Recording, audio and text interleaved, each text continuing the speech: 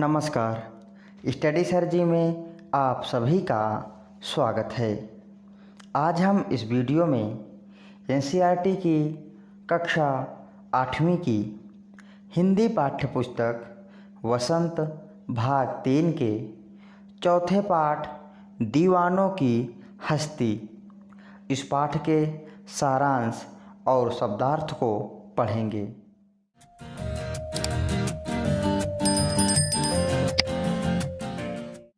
आइए वीडियो शुरू करते हैं। सबसे पहले हम इस पाठ के कवि के बारे में जानेंगे। इस पाठ के कवि हैं भगवती चरण वर्मा, जिनका जन्म 30 अगस्त 1903 में सफीपुर गांव उत्तर प्रदेश में हुआ। इनकी मृत्यु 5 अक्टूबर 1981 में हुई। इनकी प्रमुख रचनाएं हैं 3 वर्ष, महाकाल, मधुकण, अतीत की गर्त से, रुपया तुम्हें खा गया, राख और चिंगारी और वह फिर नहीं आई। आज हम इस वीडियो में दीवानों की हस्ती इस पाठ को पढ़ेंगे। जैसा कि हमें पाठ के शीर्षक से ही पता चलता है कि यह कविता किसी की हस्ती यानी कि उसके स्वभाव से संबंधित है। और वह स्वभाव किसका है? दीवानों का। यहाँ पर कवि ने दीवाना उस व्यक्ति को कहा है जो मस्त मौला होकर, खुश होकर अपने जीवन को जीता है और वह जहाँ भी जाता है वहाँ पर चारों तरफ खुशियाँ ही खुशियाँ बिखेरता है। अपने स्वभावों के द्वारा, अपनी बातों के द्वारा वह लोगों के दुखों का बोझ कम करता है। कवि हमें इस पाठ में यह सीख देना चाहते हैं कि हमें हमेशा खुश रहना चाहिए और जहाँ भी जाएं लोगों को भी खुश करें। तो आइए इस कविता को शुरू करते हैं। हम दीवानों की क्या हस्ती हैं, आज यहाँ कल वहाँ चले, मस्ती का आलम साथ चला, हम धूल उड़ाते जहाँ चले। कवि इन पंक्तियों में कह रहे हैं कि हम दीवाने हैं। दीवाने अर्थात मस्त मौले आदमी हैं। हमारी क्या हस्ती? हस्ती अर्थात अस्तित्व अथवा हमारी क्या औकात है। हम आज यहाँ हैं तो कल कहीं और चले जाएंगे, लेकिन हम जहाँ भी जाएंगे मस्ती का आलम हमारे साथ चलता है। अर्थात हम जहाँ भी जाते हैं अपने साथ खुशियाँ लेकर के जाते हैं, लोगों को खुश करते हैं। हम धूल उड़ाते जहाँ चले। कवि इस पंक्ति में कह रहे हैं कि हम जहाँ भी जाते हैं हमारी खुशी के आगे जो दुख है, दुख कभी टिक नहीं पाता है, वह धूल की तरह उड़ जाता है। आइए इन पंक्तियों का भावार्थ देखते हैं। दीवानों की हस्ती कविता की इन पंक्तियों में कवि कहते हैं कि दीवानों की कोई हस्ती नहीं होती। अर्थात वो इस घमंड में नहीं रहते और ना ही उन्हें किसी चीज़ की कमी का कोई मलाल होता है। अपनी मस्ती में मस्त रहने वाले व्यक्ति हैं जो कभी एक जगह नहीं ठहरते। आज यहाँ हैं तो कल कहीं और। उनकी इस मस्ती और खुशी के आगे गम टिक नहीं पाता है और धूल की तरह उड़ जाता है।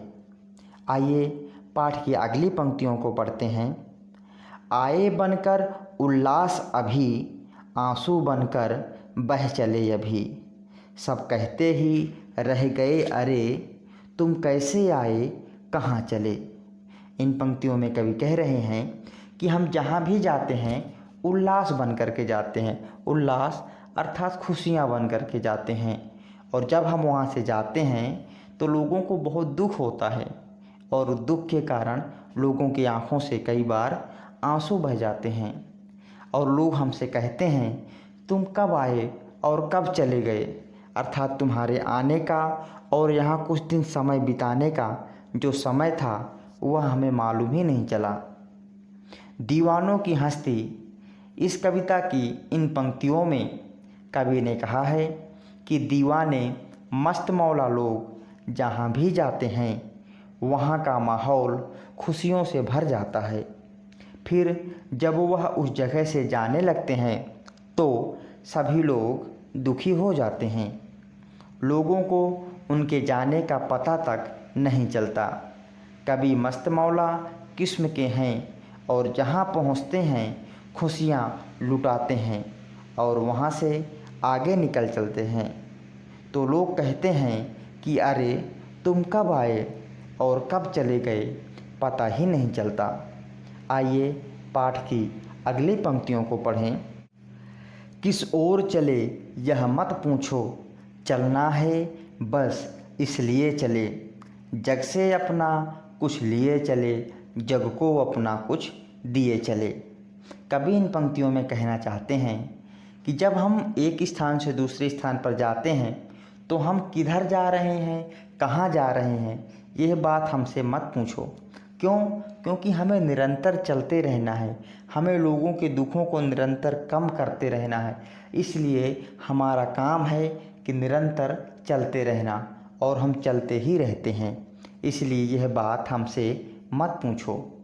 जग से उसका कुछ लिए चले, जग को अपना कुछ दिए चले। अर्थात लोगों को खुशियाँ देते हैं और अपनी खुशियों के माध्यम से लोगों के दुखों को, लोगों के कष्टों को ले लेते हैं। दीवानों की हस्ती कविता में कवि कहते हैं कि मुझसे मत पूछो कि मैं कहाँ जा रहा हूँ, मुझे तो बस चलते रहना है, इसलिए मैं चले जा रहा हूँ।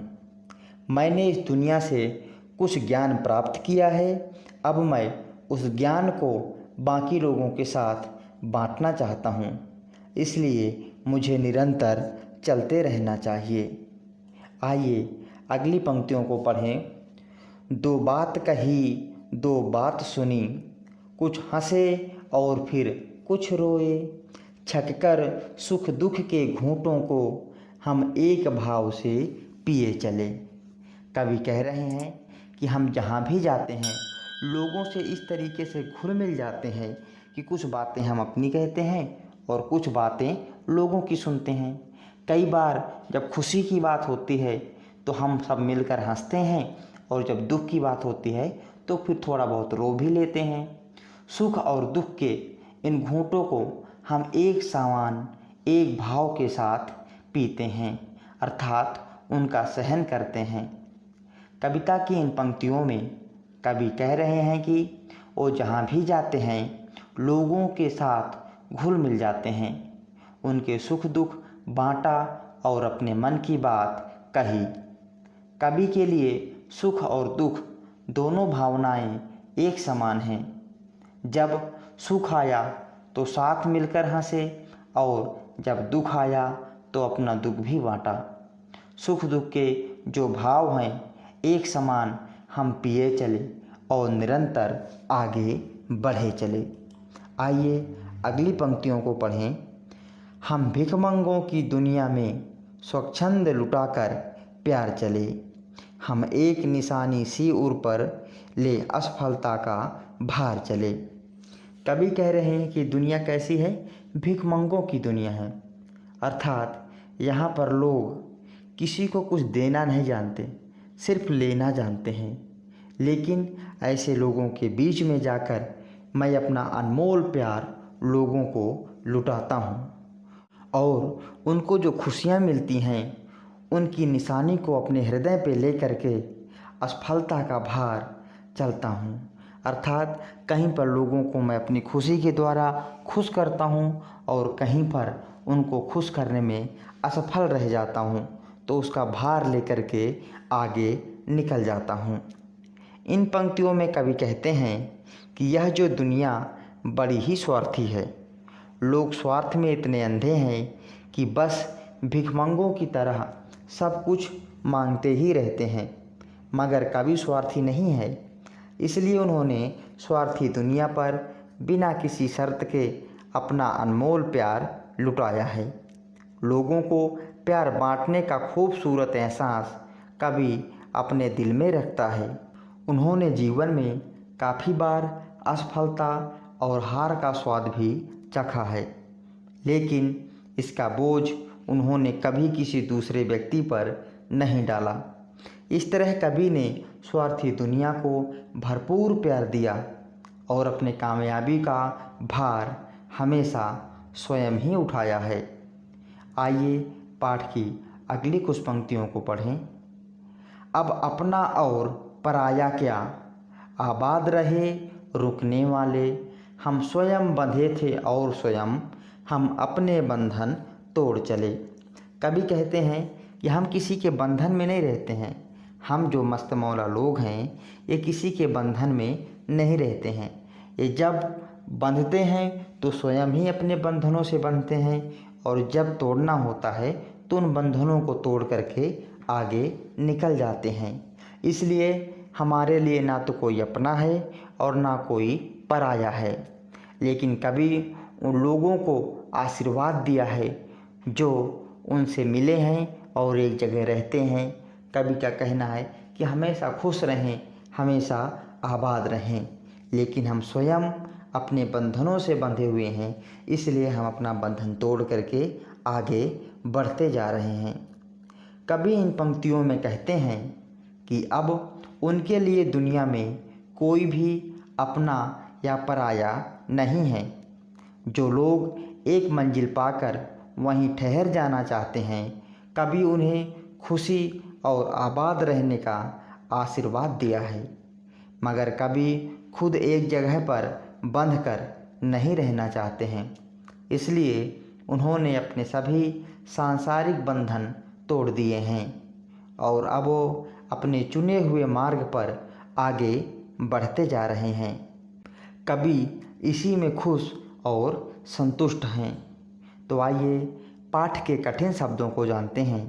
दीवाना अर्थात पागलपन या मस्त मौला, हस्ती अस्तित्व, आलम दशा, धूल उड़ाना मदमस्त होकर चलना, स्वच्छंद अपनी इच्छा के अनुसार चलने वाला, उल्लास खुशी अथवा आनंद, छक कर तृप्त होकर, आबाद खुश रहो, बंधन बेड़ियाँ, जग दुनिया।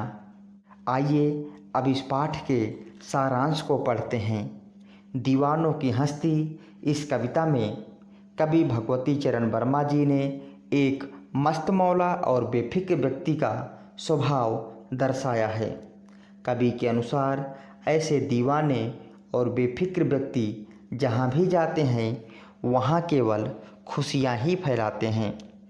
उनका हर रूप मन को प्रसन्न कर देता है, फिर चाहे किसी की आंखों में आंसू ही क्यों ना हो।